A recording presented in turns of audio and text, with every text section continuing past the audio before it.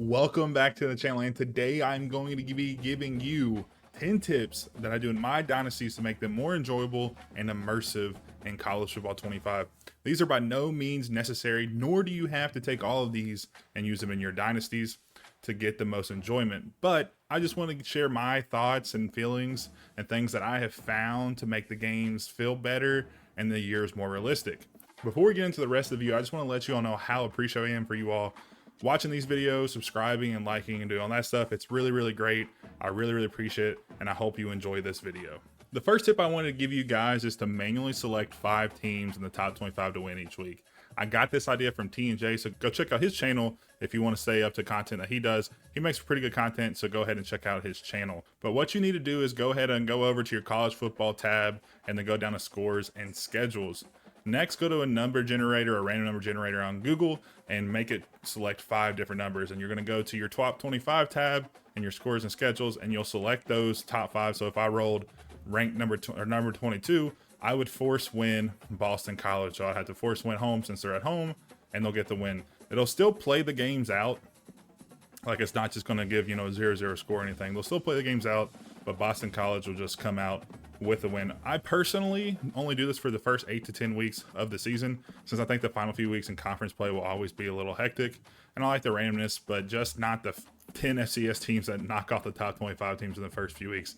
That's annoying. That's just not really realistic. There might be 1 or 2, but not 10 over a few weeks span. Another thing I recommend not to do is if the team is playing another ranked team and you roll that number, I just use that as I don't do anything with. I just leave it as is, so that sometimes you'll come in with 5 teams that you automatically force to win, or sometimes you'll come with stuff as low as 1 or 2, and it just kind of helps limit the amount of upsets that you see and just kind of gives you more realistic end of season results. There's still going to be upsets. I mean, you're only doing 5 of the top 25, and sometimes you're only going to be doing as little as 1 to 2. And in my scenario, I don't do the last 8 or 5 or 6 weeks of the season, so there's always going to be upsets there as well. And this is just a way I found to make the season feel a bit more realistic, and the records at the end of the season. You're not going to have an 8-4 team make the number 4 overall seed. Like, it's just not going to happen now. So you'll see a little bit more realism in terms of that. My next recommendation is to find a slider set that you like and use it to make gameplay feel more realistic.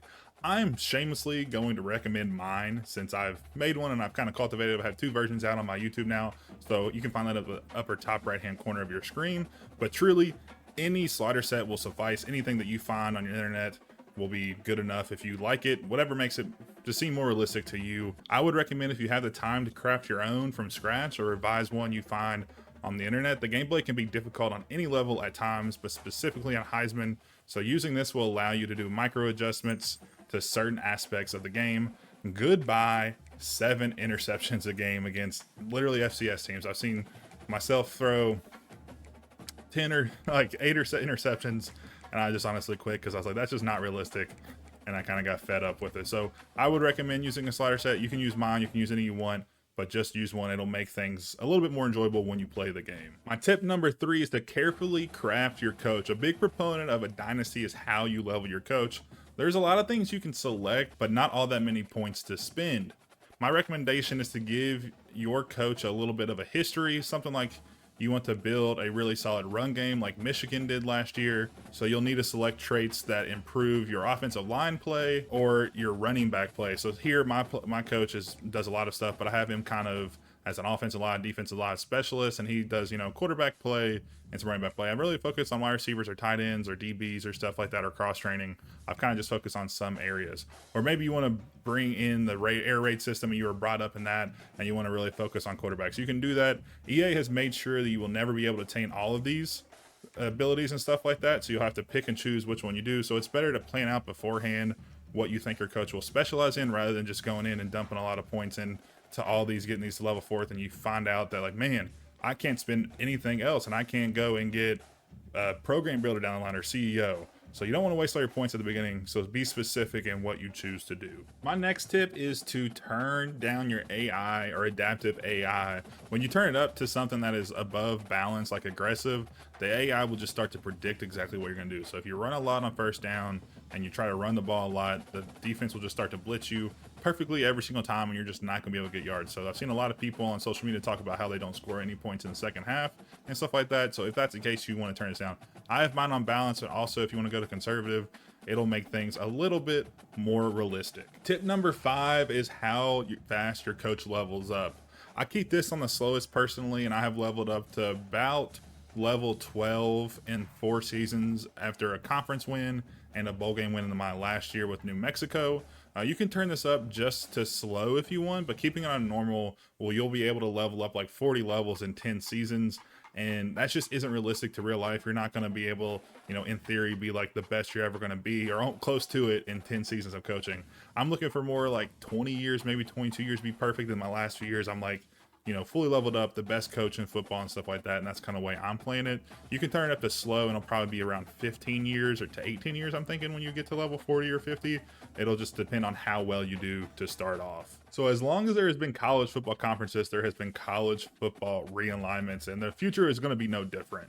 So I would highly recommend switching up the conferences every so often. About 5 to 10 years is what I recommend. That's kind of how it goes. You might have some minor changes here and there, but typically big realignments happen about 5 to 10 years down the road. So you can find plenty of different realignment recommendations. I have mine posted on the channel, but I'll also be posting like a full 30-year realignment guide in the coming days. So stay tuned for that.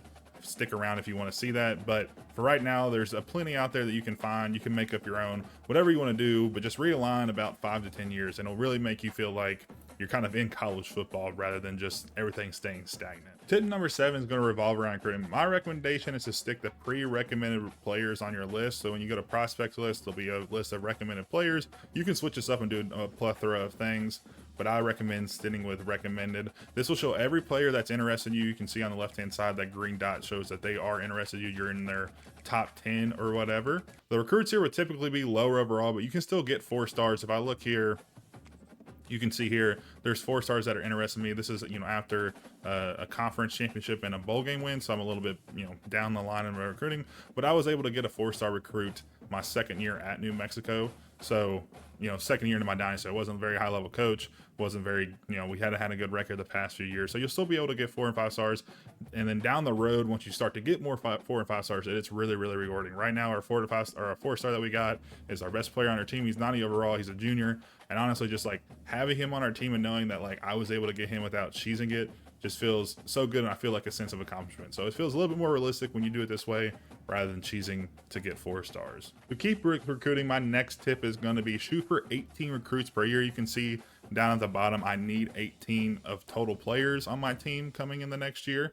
And I kind of try to keep it at 18 so my team doesn't get too big, but also I'm forced to spend time on a lot of players, because you can reasonably spend 50 hours a week on the top 6 players and there will be 300 hours, but I don't want to do that way because I need to fill out my team each and every year.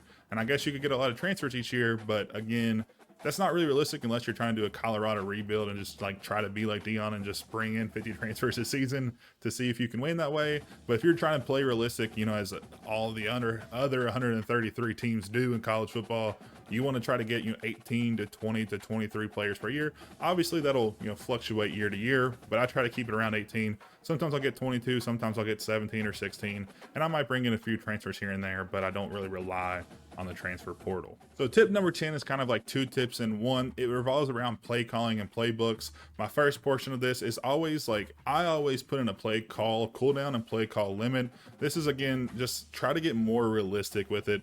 Coaches don't spam the same run play or pass play 16 times a game. It's just not how it works. So they'll have a play call sheet that they do, and they'll run through their plays.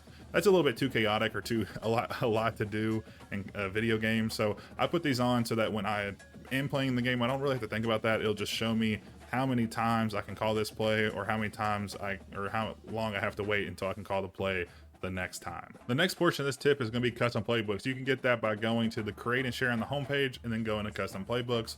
And I would recommend not doing one from scratch. You can if you have the time and you want to do that, but it's going to be an hour or 2 commitment to start from scratch. There's a ton of plays to choose from. I would recommend just going to create offense playbook and just choosing one you can choose from. There's 134 different playbooks technically you can choose from, and then you can choose some of the generic ones, which is just a mesh of generic ones. You'll get around 200 to 300 plays in each.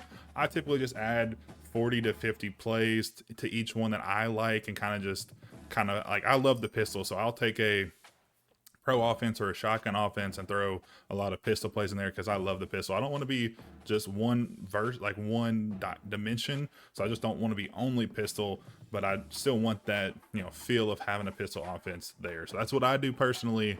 But you all can do however you want. You can also go online to Twitter and stuff. There's people all over the place that are posting, you know, different playbooks and stuff like that, so you can choose one from there. I would just recommend doing your own, just like you kind of feel like you have created your own playbook, because every coach does. Every coach creates their own playbook, and it's kind of more realistic that way. My last recommendation is going to be keep track of your own history. EA really missed on this one when they really don't have a real way to track anything. You can see here I'm on the coaches things. There's literally nowhere to track. So to resolve this, I kind of made my own tracker in Google Sheets, or you can use Excel, or honestly, you can just take photos of like the college football playoff. But honestly, you just really need to keep a couple basic things: the college football playoff, maybe like the Heisman winner, maybe the award winners and stuff if you want to get down to that, maybe some stats of your players. That's what I keep. I don't really go too far into it. I don't keep every single player's stats. I don't keep every single person on my roster and stuff like that. I just keep the highlighted things like the college football playoff, because I really just want to be able to look back in a few years and be like, man, Oregon won 3 championships in 5 years, or Michigan hasn't been to a college football playoff in a decade. Like, what happened to them? I just want to be able to look back and see that as a glance, and right now there's no way for you to do that in the game, which stinks, but we have to take matters into our own hands sometimes. And before you all go or get out of here, if you haven't yet, hit that big red subscribe button. If you enjoyed today's video, it really does help out the channel out, and it's a completely free way to support the channel. But with that, that'll wrap it up for our 10 tips to make the game more immersive. So again, I hope you enjoyed, and I appreciate you being here. And don't forget to hit that like button on your way out, and I will catch you in the next one.